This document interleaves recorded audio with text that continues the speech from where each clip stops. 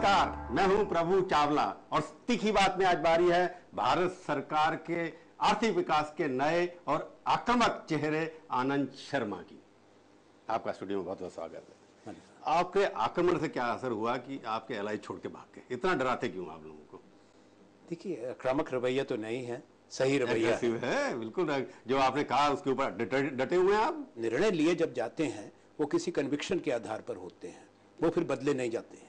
नहीं, आर्थिक सुधार अभी तक ठंडे बस्ते में थे, बंद। आनंद शर्मा सडनली एकदम उनके अंदर शक्ति आई, ऊर्जा आई, उन्होंने बस्ते से निकाला और आक्रमण कर दिया।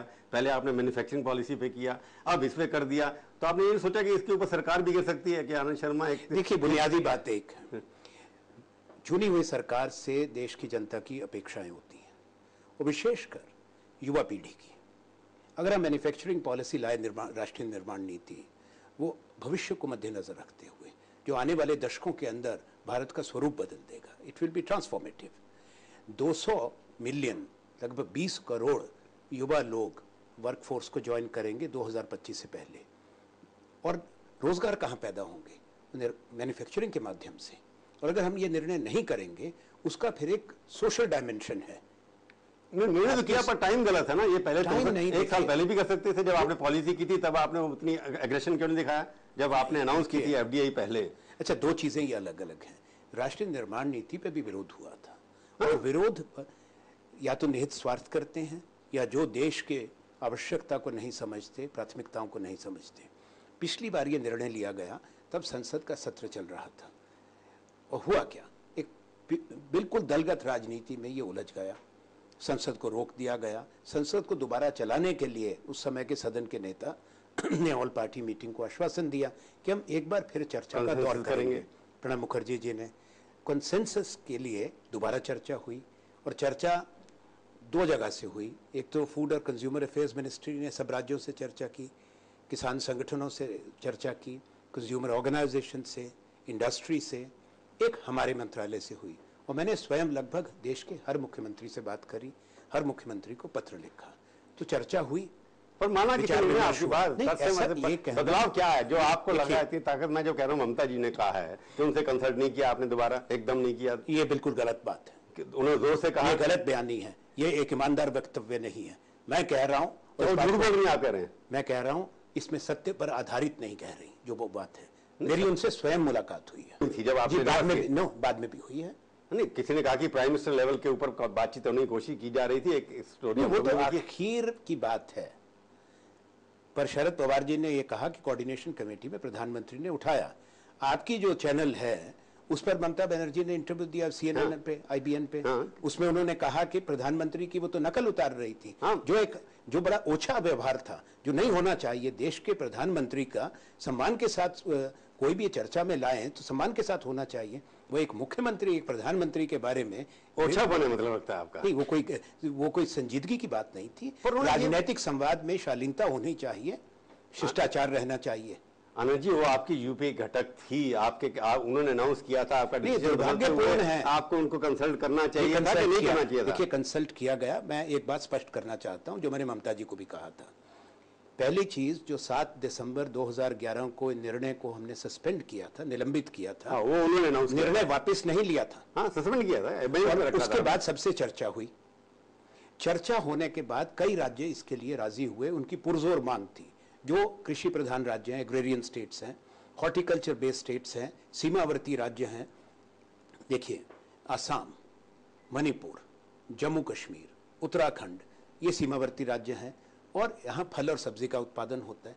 देश में 2030 मिलियन टन से ज्यादा फल और सब्जी पैदा होती है, दुनिया में दूसरे दर्जे पर हैं। नहीं, मैं पॉलिटिकल बात कर रहा हूँ। आप 35-40 उससे पॉलिटिक्स में तो देश से बता रहा हूँ ना। आपने जो देखिए, जिन राज्यों के आपने नाम लिए, उसमें तो एफडीआई वैसे नहीं आती। 10 लाख से बड़े शहरी नहीं है वहां पर। उसके लिए स्पेशल डिस्पेंसेशन किया गया। वहां की डिटर्मिनेशन और वहां का निर्णय किन शहरों में लागू होगा, ये उन राज्यों की सरकारें। आपने कहा 10 लाख थ्रेशोल्ड रखा ना, उनके लिए नहीं। For these states which do not have a city, जहां कोई शहर नहीं है 10 लाख का, छोटे राज्य हैं, उनको यह अधिकार दिया गया नीति के अंदर इस बार कि वो अपना निर्णय स्वयं लें। 3 राज्य हैं जहां की डायनेमिक्स अलग है पॉलिटिक्स की, पश्चिम बंगाल, केरल और त्रिपुरा। पश्चिम बंगाल में ममता बनर्जी एक परिवर्तन की लहर पर आई। मैंने उनसे ये बताया कि वहां के लोग ये चाहते हैं कि परिवर्तन हो, रोजगार हो, निवेश आए और किसान का लाभ हो, युवा पीढ़ी का लाभ हो और उपभोक्ता को राहत मिले। अगर आप मुकाबला करेंगे कि 30-34 साल तक लेफ्ट फ्रंट ने बंगाल को पिछड़ा रखा, वो जीतते रहे हमेशा, नहीं ठीक है ना, तो ये तो अब उनकी अगर यही प्राथमिकता है कि उनसे मुकाबला करना है कि जैसा आप छोड़ के गए थे उससे भी मैं बदतर करके छोड़ूंगी, तो ये तो उनकी सोच है, मैं उससे झगड़ा नहीं आप ये बात वो तो मैंने अभी डेमोक्रेसी में आप मैंने विश्वास पूरी बात कर लीजिए। मैं एक चीज कहूंगा, उसके अलावा और राज्य जिन्होंने बड़ी जोर से मांग की, चाहे महाराष्ट्र है, राजस्थान है, हरियाणा है, आंध्रा है, इन सब राज्यों, दिल्ली है, सबने मांग करी है। तो फर्क ये है कि देश में 10 राज्यों ने लिख के मांगा, देश के किसान संगठन। देखिए 30-19 की बात नहीं है, जब वैट लागू हुआ था एक राज्य से शुरू हुआ था। आप बाकी राज्यों की जनता भी नहीं करेंगे। मैं कुछ और बात कह रहा हूं, मैं कुछ और बात कह रहा हूं। हमने ये निर्णय इसको लागू करना राज्यों को छोड़ दिया, ये प्रजातांत्रिक हमारा कदम है। कहीं कोई निर्णय किसी भारत में या दुनिया में के किसी देश में सर्वसम्मति से निर्णय हुआ है? नहीं, किसी भी नीति पर नहीं हुआ। दूसरी बात, वैट तो एक राज्य, बाद में 3 राज्य जुड़े, फिर आस्ता आस्ता करके जुड़ते गए। हमारे संविधान में हर राज्य को बराबर का अधिकार है। मैं आपकी बात मान लेता हूं। मेरी बात सुनिए गौर से। अगर संविधान ने बराबर का अधिकार दिया है तो चाहे वो महाराष्ट्र है, चाहे वो बंगाल है, चाहे वो दिल्ली है, जम्मू कश्मीर है, एक समान अधिकार है। हर चुनी सरकार को कहा गया कि अपना निर्णय स्वयं करें। ये क्या सही दृष्टिकोण नहीं है? बिल्कुल ठीक है, मैं इसी का काउंटर। और क्या किसी भी एक चुनी हुई सरकार को या एक मुख्यमंत्री को अपने राज्य के लिए तो निर्णय करे, उसका हम सम्मान करते हैं, पर वो बाकी राज्यों के लिए भी निर्णय कर सकते हैं। बिल्कुल बात आप क्या हमारा संविधान किसी को वीटो का अधिकार देता है? संविधान ये जो बात कर रहे हैं इसके प्रिंसिपल के ऊपर बाकी चीजों पर भी एग्री करना चाहिए। खाली एफडीआई जिसके अंदर विदेशी पूंजी आएगी उसके ऊपर आप कहते हैं राज अपने विदेशी पूंजी में क्या बाकी आप फॉरेस्ट पॉलिसी में उनको अथॉरिटी क्यों देते हैं? अब एनवायरमेंट में अथॉरिटी क्यों देते हैं? ये ऐसा नहीं है, बिल्कुल राज्यों का भी अधिकार इसमें है। बिल्कुल नहीं, एनवायरमेंट फॉरेस्ट में बिल्कुल नहीं है उनके पास। बिल्कुल है, शेड्यूल बी और सी। कोई भी नया कारखाना किसी स्टेट में खोल नहीं सकता जब तक फॉरेस्ट क्लियरेंस आपकी सेंट्रल मिनिस्ट्री ना दे दे। नहीं, वो भी आकार पर होता है, पर रिकमेंडेशन स्टेट की होती है, सेंट्रल गवर्नमेंट खुद नहीं दे सकती। स्टेट से रिकमेंडेशन आएगी? नहीं, इसमें रिकमेंडेशन नहीं है, इसमें राज्य लिखित में जिन राज्यों ने मांगा है उन्हीं को प्रेस नोट में कहा गया कि इन 10 राज्यों में होगा, बाकी जो राज्य बाद में लिख के मांगेगा उनको ऐड कर लिया जाएगा। देखिए, राज्य की मर्जी के बिना तो कोई हो नहीं सकता। ममता का जो चार्ज आपके ऊपर है कि आप देश हित में काम नहीं करें, ये आनंद शर्मा जो हैं सिर्फ विदेशी नीति की बात करते हैं, वहां से इन्फ्लुएंस होकर आ जाते हैं। और मोदी ने तो कल आपके ऊपर एक चार्ज लगा दिया कि आप तो सोनिया जी अमेरिका गई थी, आने के बाद एफडीआई आ गई। देखिए, नरेंद्र मोदी ने राजनीतिक संवाद को उस निम्न स्तर पर गिरा दिया कि उनके जहां वो गिरे हैं वहां गिरकर मैं स्वयं उनसे बात नहीं कर सकता। उनके अंदर ना तो मर्यादा रही है, राजनीतिक चर्चा किसी तथ्यों के आधार पर होनी चाहिए, एक बेतुके आरोप लगाकर उस पर नहीं होनी चाहिए। मैं नरेंद्र मोदी के जवाब में अहमदाबाद जाकर दे के आया। और ममता ने जो कहा कि आनंद शर्मा देश के बारे में क्या जानते हैं? ममता बनर्जी बंगाल के बारे में पूरी जानकारी कर लें, अच्छा है। देश को तो ममता बनर्जी भी नहीं जानती। तो आई हैं, आप मानेंगे ना? ठीक है, जिनके आई हम सम्मान करते हैं, पर ममता बनर्जी को यह अधिकार किसी ने नहीं दिया कि दूसरों को सर्टिफिकेट दें। मैं ममता बनर्जी से ज्यादा समय मेरा राजनीतिक जीवन में रहा है। मैं अध्यक्ष रहा हूं, वो मेरे साथ 5 महामंत्री थे, 5 general secretary, she was one of them. So Mamata Banerjee मुझे नहीं बताएंगे कि भारत का हित क्या है। और भारत आज दुनिया से अलग है। आज दुनिया जो है, you are living in a globalised world. I am sorry, अगर इस तरह का किसी का संकुचित दृष्टिकोण है और एक रेट्रोग्रेड एक मानसिकता है, तो मैं उससे क्या, उसका मैं तो नहीं परिवर्तन कर सकता। नहीं, पर उसका आर्गुमेंट ये है कि या एफडीआई जो है, ममता के पास कोई आर्गुमेंट है? एफडीआई को उनका कहना ये है कि एफडीआई की जरूरत अभी और चीजों की जरूरत है, मेरे यहाँ नाले नहीं है, नदियां नहीं है। देखिए, ममता बंगाल के लिए निर्णय करेगी, देश के लिए नहीं करेंगी। नहीं, देश के लोग कहते पैसे नहीं देते आप हमारे देश को, बंगाल को, जो आप ये बिल्कुल गलत आरोप। आपने कहा जी एफडीआई बिल्कुल गलत कि आप हमारे स्टेट को पैसे नहीं देते, कांग्रेस वालों को। देखिए, अगर ममता चाहती है तो निवेश आए। ममता जी का अगर यही रवैया रहा, बिल्कुल एक हॉस्टाइल एटीट्यूड इन्वेस्टमेंट के लिए, तो कोई वहाँ पे इन्वेस्टमेंट नहीं आएगी, मैन्युफैक्चरिंग नहीं होगी, रोजगार नहीं होगा।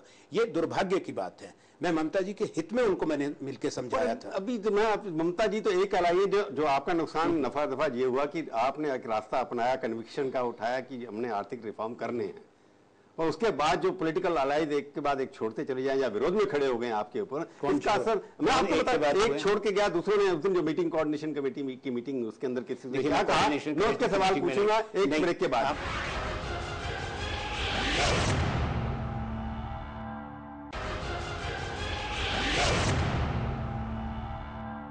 तीखी बात में आपका एक बार फिर से स्वागत है। आज हम बातचीत कर रहे हैं आर्थिक सुधार के नए चेहरे आनंद शर्मा से, क्योंकि बाकी तो सब बूढ़े हो गए या चले गए, पिट गए, आप लड़ाई के लिए कर रहे हैं। मैं बता रहा था कि एलआई छोड़ गए, आपके एक ही छोड़ गए, ऐड कोई हुआ नहीं, तो पॉलिटिकल नुकसान तो हुआ, आपके आर्थिक फैसले की वजह से राजनीति आपके समय में पड़ गई। ये समय बताएगा।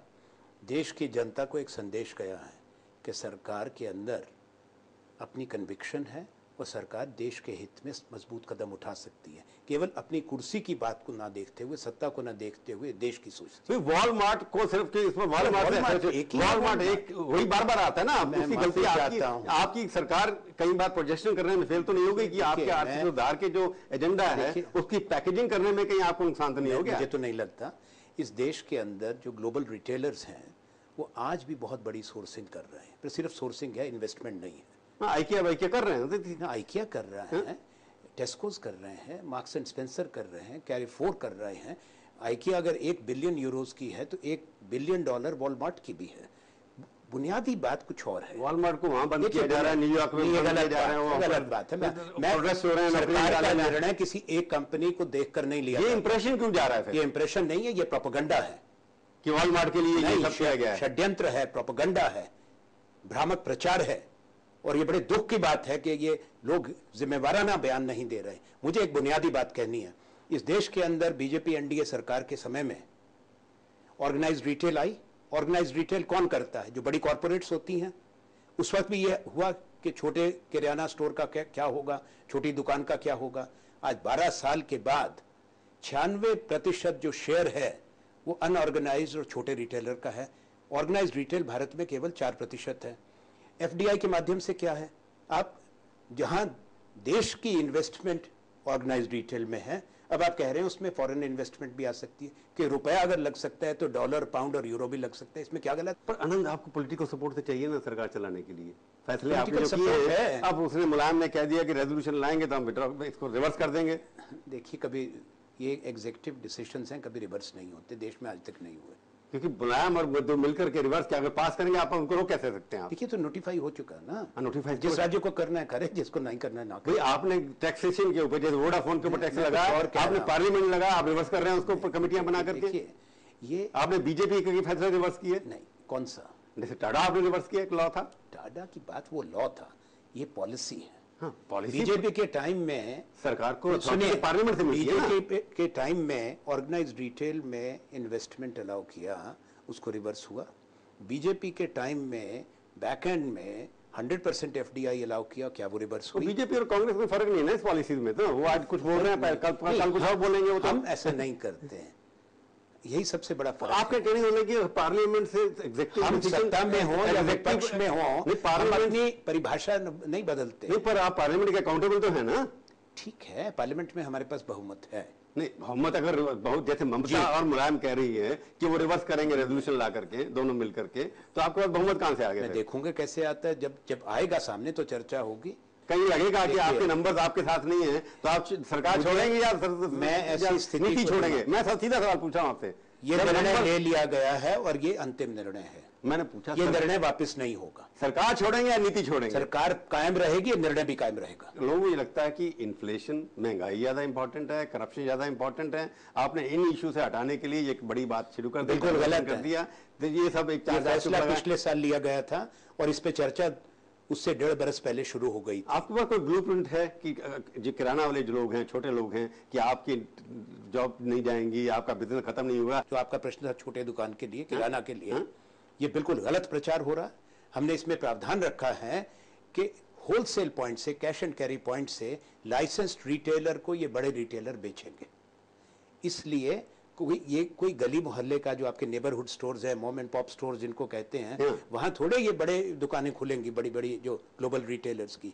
जो इनका होलसेल पॉइंट होगा वहां से हमारे लाइसेंस्ड रिटेलर अभी भी खरीदते हैं। आप जाइए, दिल्ली में मेट्रो के स्टोर हैं, कलकत्ता में जहाँ का ममता है वहाँ मेट्रो, स्पेंसर सारे स्टोर्स हैं। और जो छोटा दुकानदार है वो होलसेल प्राइस पे जाके खरीदता है और वही चीज अपनी दुकान में भी बेचता है। ये जो आपके जो पड़ोस की दुकान है वो भी वही चीज आपको देगा जो आपको बड़े रिटेलर की दुकान में होगी, पर ये जो उसमें उसको लाभ भी होगा। चलो ये देखेंगे अब कैसे इसको निपटाते हैं। अभी तो हो रहा है। तो जो इंप्रेशन आपका जो है इसको आप कैसे राजनीतिक दृष्टि से डील करेंगे? अल्टीमेटली डेमोक्रेसी में चुनाव जीतना ही सबसे पहले होता है। अच्छी नीति करके भी जीत सकते हैं और अच्छी राजनीति देश की इकोनॉमी को तबाह करके अगर कोई अपनी राजनीति करे तो बड़ा दुर्भाग्यपूर्ण होगा। तो आप हम देश के हित में करते हैं। आप नहीं करना चाहते? जी, हम देश की इकोनॉमी को बचाना चाहते हैं। बहुत बहुत धन्यवाद। तो ये थी आज की तीखी बात। तीखी बात का ये कार्यक्रम आपको कैसा लगा? आप अपनी राय हमें ईमेल के जरिए भी भेज सकते हैं। अगले हफ्ते आएगी बारी किसी और हस्ती की और उसे हम करेंगे तीखी बात इसी समय इसी चैनल पर। तब तक के लिए प्रभु चावला का नमस्कार।